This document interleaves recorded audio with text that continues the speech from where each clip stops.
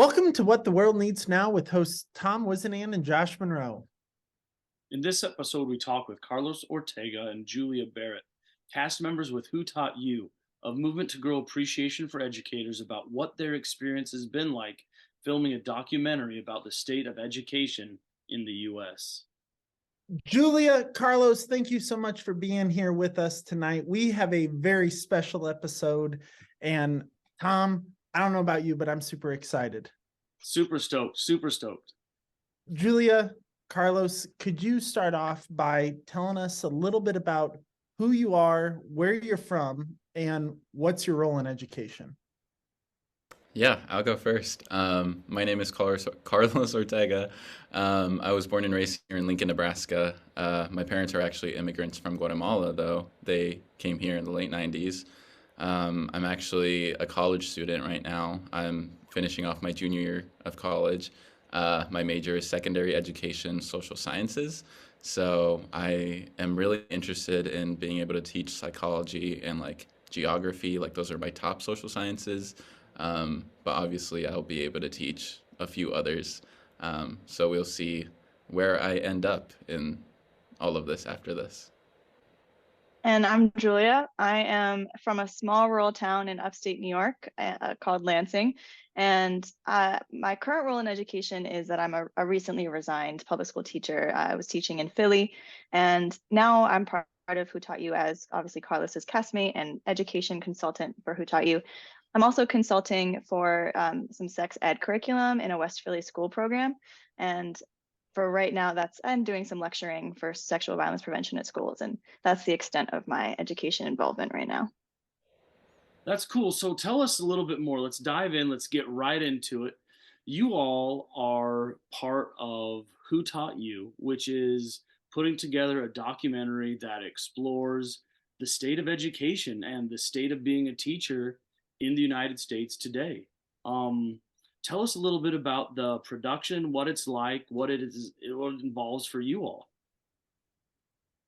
Yeah, well, so part of Who Taught You is including this documentary film series that we're in the middle of production of. We're really focused right now on the first episode, which is based in LA. So actually in a couple of days, we're going back to LA to get some more footage. We were there in February and then covering strikes in March, I think. So then we're back in May. It's interesting being part of a documentary. I've never been a part of it. For Carlos, I think this is your first time too, right? Yeah, the extent of my filming or being on filming or on film is like my friends' projects for their co-JMC homework. Like, Yeah, and my twin sister is a documentary filmmaker, so I often see her behind the camera, and sometimes she'd make me stand in front so that she could get lighting and stuff. But I hate being in front of the camera, so this is a really uncomfortable experience for me actually. But it was a good opportunity to try to do something that felt meaningful within education. So we're just having conversations with people about what's going on, their perspectives, and how they're understanding things like a teacher shortage, whether or not they see it or not. Carlos, I got a quick question because you guys talked about being in LA during some of the strikes. What was that like for you as somebody who's getting ready to enter education? Because it is a totally rewarding career, brings a whole lot of gifts and a whole lot of joy. But before you even enter into your career, you're able to see some of the hardships that you're going to face. What was that like for you? yeah, I think that's one of the things that I'm fortunate about being involved in this project. I actually wasn't in California while the strikes were happening because I was in class, but I was able to bring this conversation to my class, and I was asking my classmates what they would want to like know about, or if they had the opportunity to ask a question to someone at the strikes, that they could give it to me and I would send it to Julia and my director.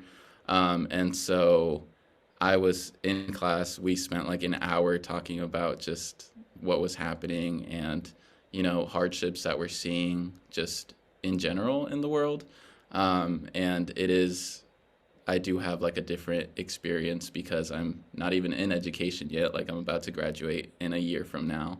And talking to everybody is giving me a different perspective that like my classmates aren't getting. I'm hearing the extremes of the negatives that can happen, and I'm also like hearing the best stories ever, like when we interviewed you guys back in January. So it's definitely been an experience, and it's been shaping my opinions over education and where I would potentially want to go teach. Um, so to answer the question of where I want to go teach, I still don't know, and it was like that since the beginning. But I am gaining experience that I'm very fortunate for. Yeah. So you guys have been talking with people out in LA. Nebraska, you went to rural Nebraska, Plainview, Nebraska, small little town, maybe a couple thousand people at the most, right? Like really small. So you're getting this perspective of like big, global, huge thinking to like small town, rural education. I'm curious, like, are there strands or themes kind of running through some of your talks? Like, what do people say about teachers, or what do teachers say about education? I mean, every place is context dependent. I think though that because life in a rural town like a small town in Nebraska, or I'm from a slightly bigger town than Plainview, but when we went there, I think I talked to Carlos's ear off about how similar it felt to my hometown.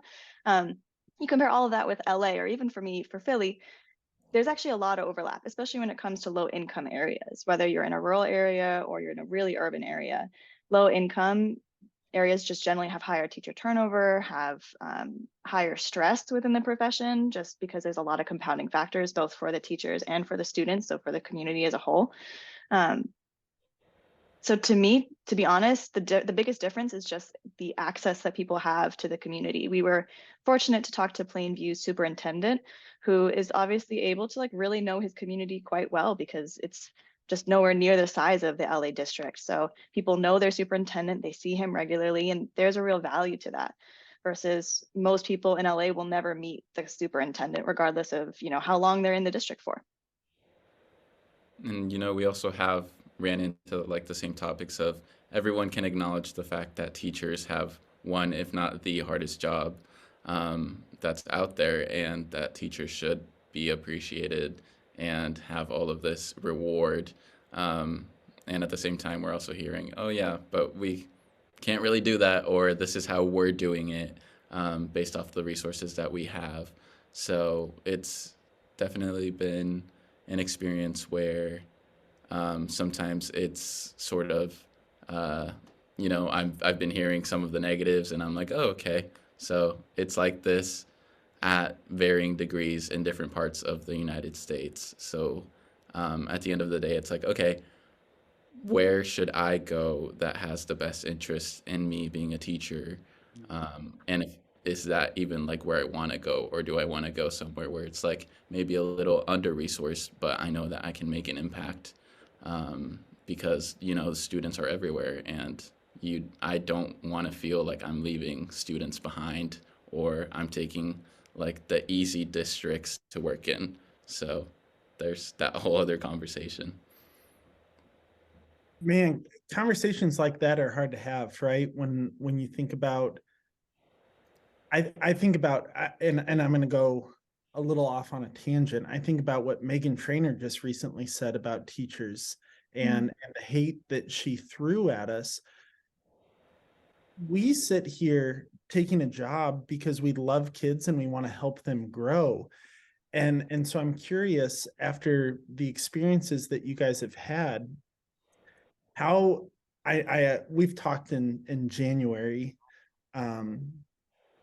How have your experiences and those of the teachers you've talked to differed from what Megan said about teachers? I guess what I'm trying to get to is, I think society's view on teachers is way different than the four of us and then those that are listening. I don't think a lot of people outside of our profession understand the heart that is in it. And how do we bridge that gap then, from what you've seen, the negatives and the positives, and society on the outside talking into us? How do we help bridge that gap so that we all understand that, hey, teachers want what's best for kids. This is a partnership for all of us, and it takes a village. Yeah, I mean, part of Who Taught You is trying to solicit the stories from people of their most impactful educators, because not for every single person, but for quite a lot of people, we can at least think of one person in a school, whether it's a coach, a principal, a teacher, who was really there for us when we needed them, or they just really made school bearable when for most people it's just a really hard experience. But also a lot of people can think of a teacher that made their life a little worse during that time, or for some a lot worse. And that's because human beings work in schools.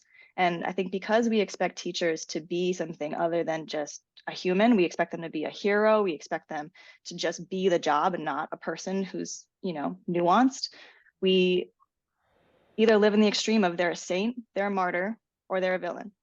And for a lot of people who either kind of forget those people who helped them get to where they are, like I assume someone like Megan Trainor had some really amazing teachers along the way, but those are the people who often get forgotten because their work goes so unnoticed and unrecognized. And we usually just remember the bad people. So part of what Who Taught You is really trying to do is to get people to remember, oh yeah, that person, they were really there for me. Or even that person was really there for my sibling when they were going through a hard time. That person did a great job. And just get them to connect to that feeling a little bit more, because most people have it. That also, it reminds me of when Melody was on your podcast. And for the last question that you asked her, she said that it's kind of hard for the people, like the teachers in the education, to be able to make the change because, you can look at it with like the lens of the pedagogy of the oppressed. Like in this instance, the teachers are the ones being oppressed, and everybody else in the education system by the people who don't really understand like what they actually go through. And it's also like, okay, there's people who say, oh yeah, I don't really pay attention to that because it doesn't affect me. And the thing is, this education system is going to affect everyone, and it does affect everyone. So if nothing changes with the more negatives, it's going to start affecting everyone. And, we're going to talk to business people when we go back to LA, and that's something that we haven't been able to do yet, because we know that business people and people who hire for their own companies are going to start seeing the decrease in like applications or the pool that they can pull from. So it's just, like Julia said, part of this Who Taught You is to try and get people outside of the education system, as in like the teachers, the people who work as janitors or lunch personnel, to finally like open their eyes and be like, oh, okay, we know that they are, we need them, so let's start treating them in a more fair way. Yeah, we need to broaden the scope of awareness, and I think Who Taught You does a great job of that. And Who Taught You also makes it really, really easy and personal for people to share their own stories. You brought up, we want to hear about the teachers, the good. Somebody could probably jump on and share a story about a bad too, but let's really celebrate the profession of educators. Julia or Carlos, if I want to share a story about the most incredible teacher that I know, and share it with Who Taught You and with you all in the world, how can I do that? I mean, there are two easiest ways. So if for you, you would rather just post right on social media, you can post right on social media, whichever platform you prefer. We have our own account for pretty much all of them. Tag our account and hashtag Who Taught You, and we will share and amplify your message.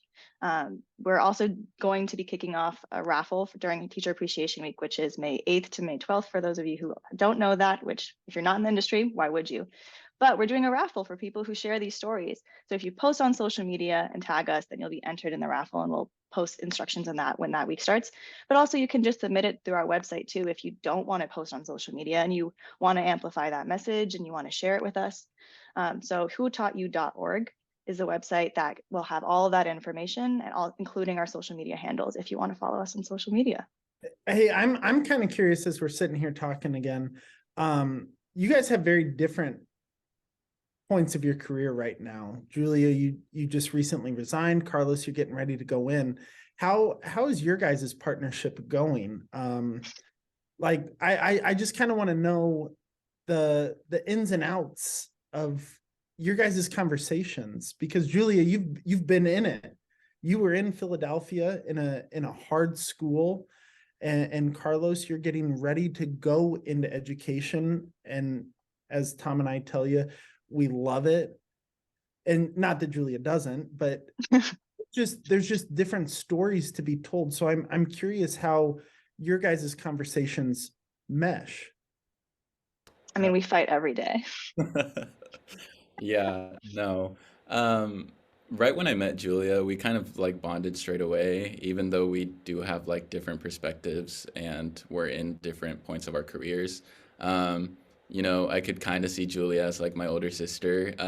I just ask her a bunch of, or like any questions that I have really, since I haven't started to become an educator. Well, I haven't become a teacher yet. And so I can ask Julia and she can give responses from her perspective. And, we know that my experiences are going to be a bit different just because of the intersectionalities that I possess. But I've just enjoyed that Julia has been my castmate through all of this. I don't know how it would be with like anyone else. Oh, that was really sweet. I was gonna say that I don't have any younger siblings, so genuinely Carlos does feel like a younger brother to me, and in that way, with his, do I go into teaching? If I do, how does it look? I think the older sister vibes makes me feel that I like feel a little bit protective of him, and don't want him to have some of the more negative experiences that I have, because I know that this is an amazing profession that's so worthwhile and that he can do such a great job in it. So I both really want him to go into it, and I want him to find the best fit ever. And I also really want to protect him from, some other like really nasty sides of the profession that you can definitely see anywhere, but some places more than others. I want to know. I want to know. You've been filming documentary spots and all over. What's been the coolest experience you've had? One that just makes you think, man, I signed up to do this, and boy, am I glad I did. This is the coolest. I think the first thing that comes to my head, we were filming, little context. I absolutely like love the ocean. Fortunately, I'm landlocked here in Nebraska. So the chances that I do get to go to the ocean, I absolutely love just staring out into the water or just taking in the moment. And so we weren't even talking to anyone, but Julia and I were having a conversation like on the boardwalk in Santa Monica. And like that was probably like my favorite part of that LA trip. Not saying that I didn't like talking to the people that we talked to because I love them. But it was just that moment of, okay, we're sort of like debriefing what we've been experiencing, slash we're talking about how we're feeling. And that was definitely a moment where we bonded even and like we got closer. So. Yeah, that was honestly a really great moment. And I think for me, one of the most rewarding parts of this has been the relationships with Carlos. Sally is the director, Andy is the director of photography. And so the four of us have obviously spent some quality time together on shoots, and each of them are great people. So I feel really lucky to get to spend time with them. We've also gotten to talk to amazing people. I mean, I loved the conversation I got to have with you guys back in January. Genuinely, I think for the first time, because this was less than a month after my last day of teaching, I've really just felt like some whiplash in both directions of like deep sadness, guilt and regret around leaving, and then feelings of hope, like I can go back to this one day. So our conversation definitely pushed me in that direction. We also got to have a great conversation with Dr. Pedro Noguera he's a dean of the USC Rossier School, and his conversation just made me really excited about teacher advocacy and the education policy that we might see one day that can make things better. There have been a lot of really great opportunities, and another one, I'll say one more because there have been a lot of really great things that have come from this, at least for me personally. We were speaking with the instrumental music director at the Jams Middle School, which is in Santa Monica. Her name's Angela Wu. She's amazing. She's like multiple award winning. And she was telling us a teacher story, I believe. And she was saying how she's been teaching for 30 years, and she just wakes up every day and feels so lucky to get to do what she does. And she like counts her blessings and just feels honored to get to meet these people, her students, her colleagues.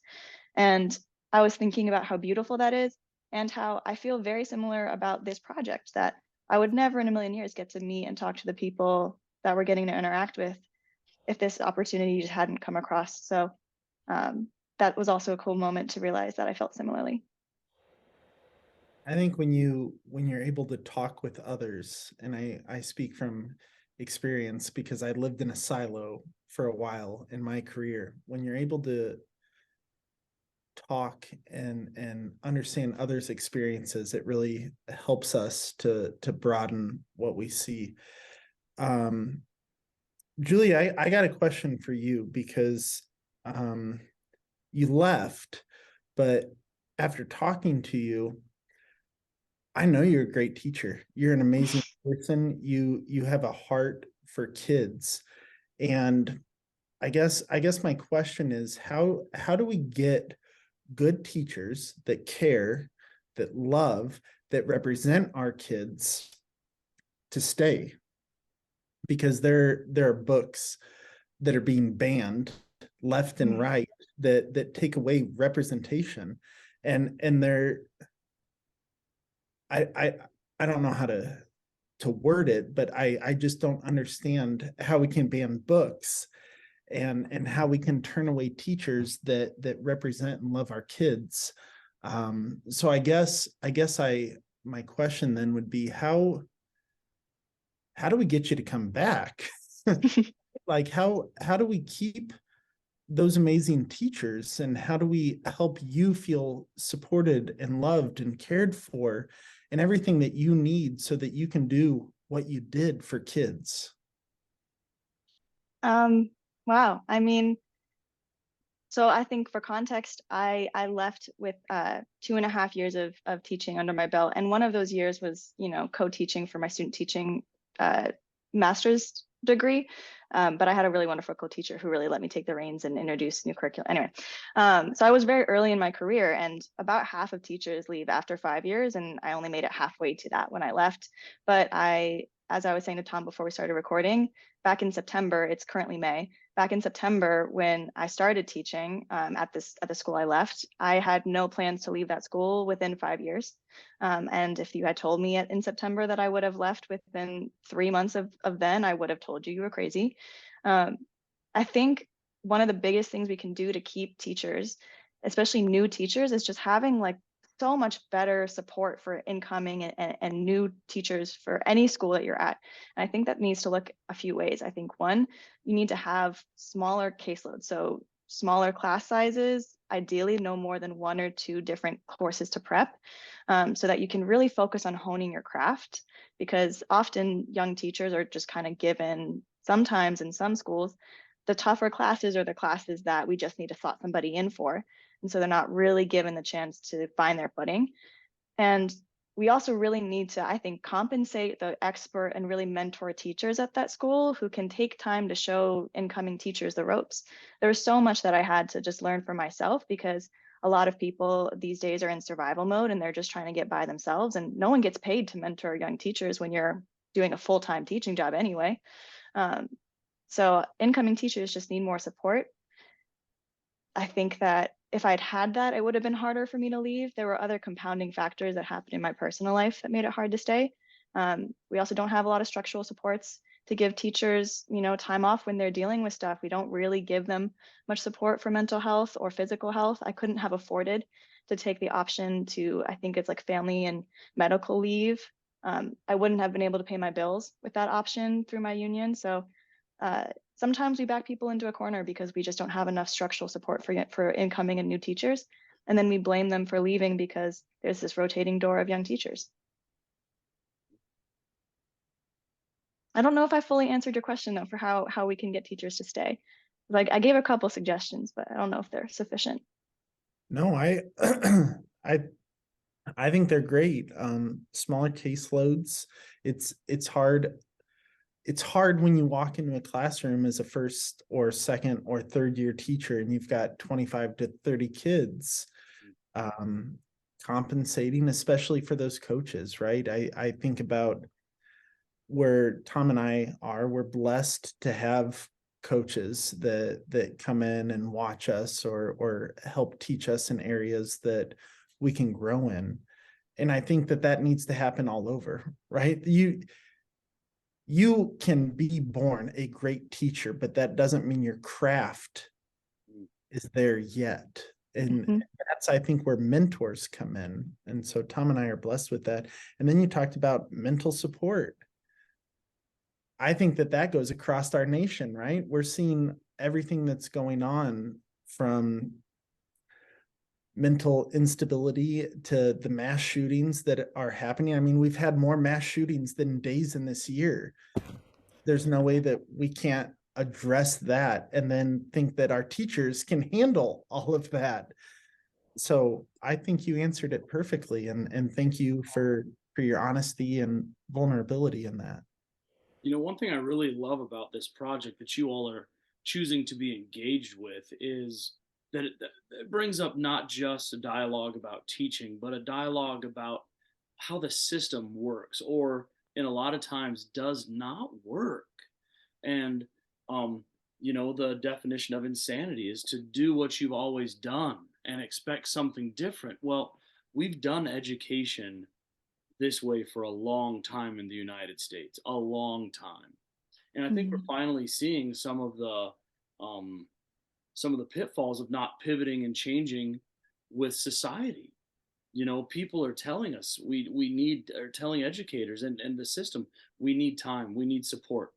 Well, if you're not going to give it to us, you're going to then see a decrease in participation of teachers, participation of college students who are choosing education as a viable career path.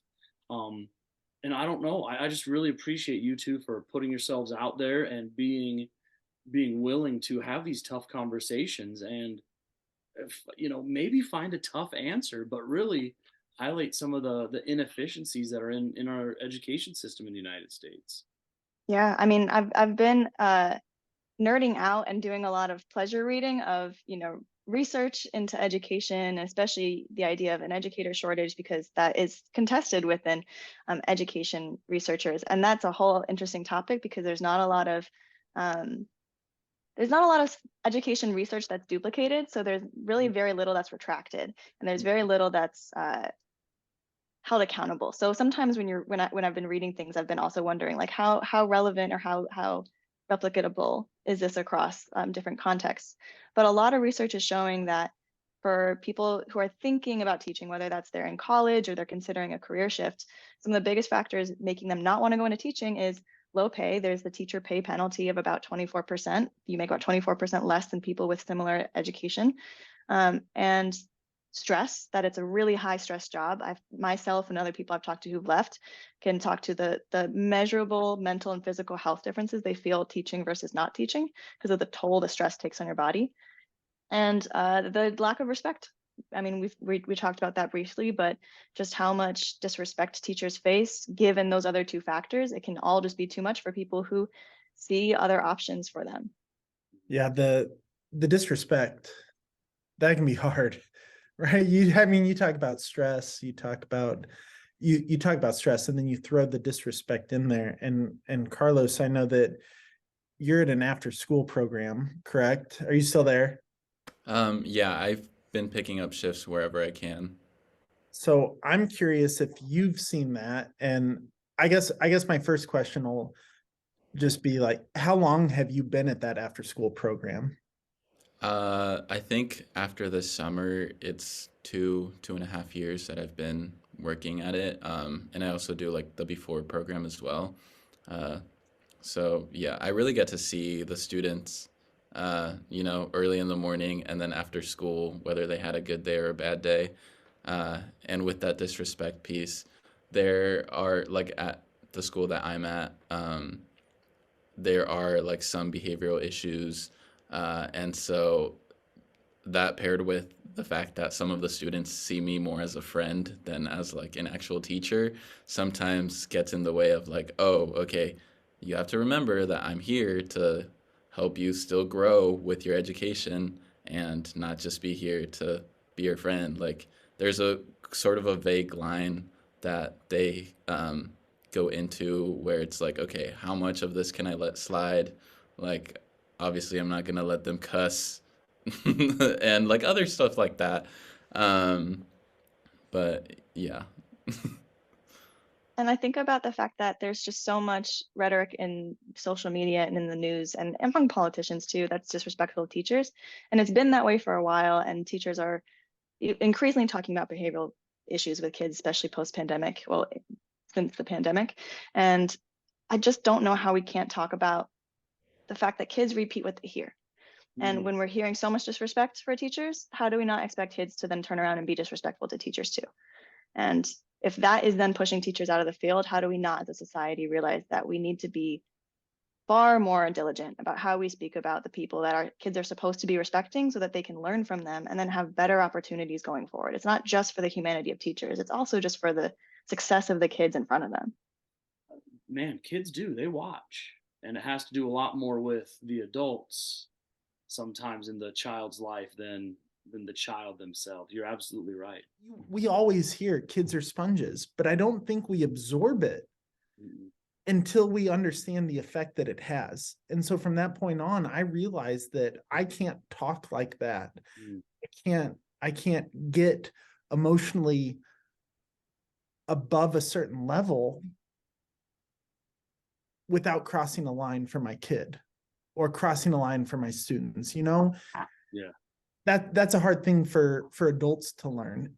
Well, as a parent, it's one thing, right? Like, it's one thing for me to, I'm an adult. I can act however I want. I can say whatever I want. I can be however I want. But when there's a child in the back seat or next to me or whatever, it's a whole different level of responsibility. And then Yes. it's not an ideal situation when I then send that kid to school and Julia or Carlos have to pay the price for something that Tom decided to do at home because the kid isn't, taking it out on Julia or Carlos necessarily. They're just doing what they're showed at home that's okay behavior. Right. They're repeating what they've heard. Yeah. And we got to do better. We got to do better as parents. Yeah. And it's not just parents. Like I don't have kids, and most of my peers right now don't have kids, but you're still seeing it replicated, whether that is just on social media, and kids are very tuned in and will absolutely replicate what they see on social media. And there's plenty of anti-teacher rhetoric there we've already talked about, but also just like, I mean, even within schools where teachers are very understandably, and I think teachers should be able to speak their minds at all points, but when even teachers themselves are bad mouthing each other because people are stressed and they're just not showing up as their most thoughtful self in that moment. We know when you're in front of kids that also has ramifications. So absolutely parents have a really large role to play in this, but I also want to be clear, it's not just parents that need to do better. We all need to do better. Yeah, that's 100% true. 100% true. As a society, we need to kind of realign what we prioritize. I've loved this. We met at a coffee shop and did a little interview before, and I just really find both of you absolutely to be amazing people, and I appreciate your time, and I love being on this journey just a little bit with you. But at the end of every episode, we always ask, what does the world need now? And in the '60s, there was this wonderful song. And the answer was love, and there were mountains and rivers to cross, and there was plenty of them. And we needed love. Josh and I ask this on every episode. What does the world need now, Julia and Carlos? Um, this kind of goes with what we were just talking about with like social media, but I think we as a society need a bit more individualization. We need a little like step back from social media and stuff. AI is on the rise right now. And from when we first met to now, like it's been exploding. Like every company is trying to put out their own AI out. And that's definitely gonna shift the way that education works and the way that our students are viewing the world. And so I'm not trying to take like a stance or anything, but it's definitely becoming a thing where our students are like forming their lives based on social media. And so it's quickly becoming a thing where we don't really know how it's going to affect the future, how much that the generations now are taking in is going to play a role into how education is either going to have to change, or if it doesn't change, how is that going to implement just different things that we're seeing. So I think that individualization and just being able to actually be in the moment and take in your surroundings is definitely going to help just form your own opinions. And, you know, it's the whole thing of don't believe everything you see on the internet, because now there's AI that can mimic voices, duplicate images. So, yeah, it's getting crazy. Yeah. I think interestingly, Carlos is advocating for people to take a step back from social media, and I would personally like to do that in my own life for a lot of reasons. But I'm involved with the Who Taught You social media, in particular with our social media campaign, which is really focused around what I do think we need more of, which is gratitude. That's really what the campaign is based in. And I think whether you're a Brene Brown fan or you just believe in gratitude, I think that that's enough. But in particular, if we're going to be on social media, for example, and we're going to be seeing a lot of the negativity that goes around, we could ourselves be a little bit more individualistic and think about what can we be grateful for, who can we be grateful for. And to me, when I've had the opportunity to talk about the educators who helped me get to where I am today, I can think of a lot of people. I'm maybe more fortunate than most in that there are several names that come to mind. But when I get the chance to talk about them and even just, spend 30 seconds saying, well, this was who they were and this is the effect they had on me and this is why I'm grateful to them, I feel good. It makes me feel good. And then if I take the second to send that to them or write that to them, it makes them feel amazing. And then you get to have this like beautiful exchange back and forth. I was talking to my mom on the phone the other day. She wasn't able to readily come up with an educator, but we kind of talked for maybe 2 more minutes. And then she started spouting off all these people that she was like, actually, there was this person. And sometimes it just takes a little bit of prompting for people to be able to remember the amazing folks who got them to where they are today. And it's a beautiful feeling. Like everyone says it feels so good. I think we all need more of that. Yeah. It's definitely just like the whole thing of how we use our platforms and stuff. Like I just said all of that, and yeah, we are part of this documentary, and I will be promoting it to everyone I know.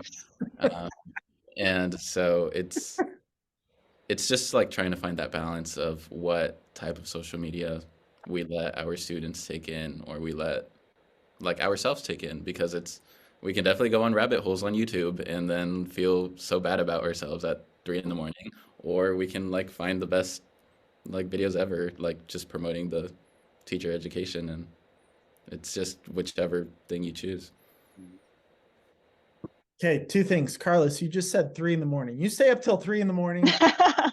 Not anymore. I'm on that teacher time now. I cannot stay up that late. Like my bedtime's like 8:30. Like we're pushing. The other thing, Tom, I was thinking maybe we changed the way we end this episode. I mean, we're talking to Who Taught You. Yeah. Tell us who taught you. Like, who is that person that changed your life? You're asking me that? I'm asking all of you, I guess. I'll start us. Okay, you start us off, Josh. I talk about it all the time. Tom Henry is my teammate right now. We're going to separate next year, which I'm going to cry on the last day of school because I'm going to be saying goodbye to him. But he was my 4th grade teacher.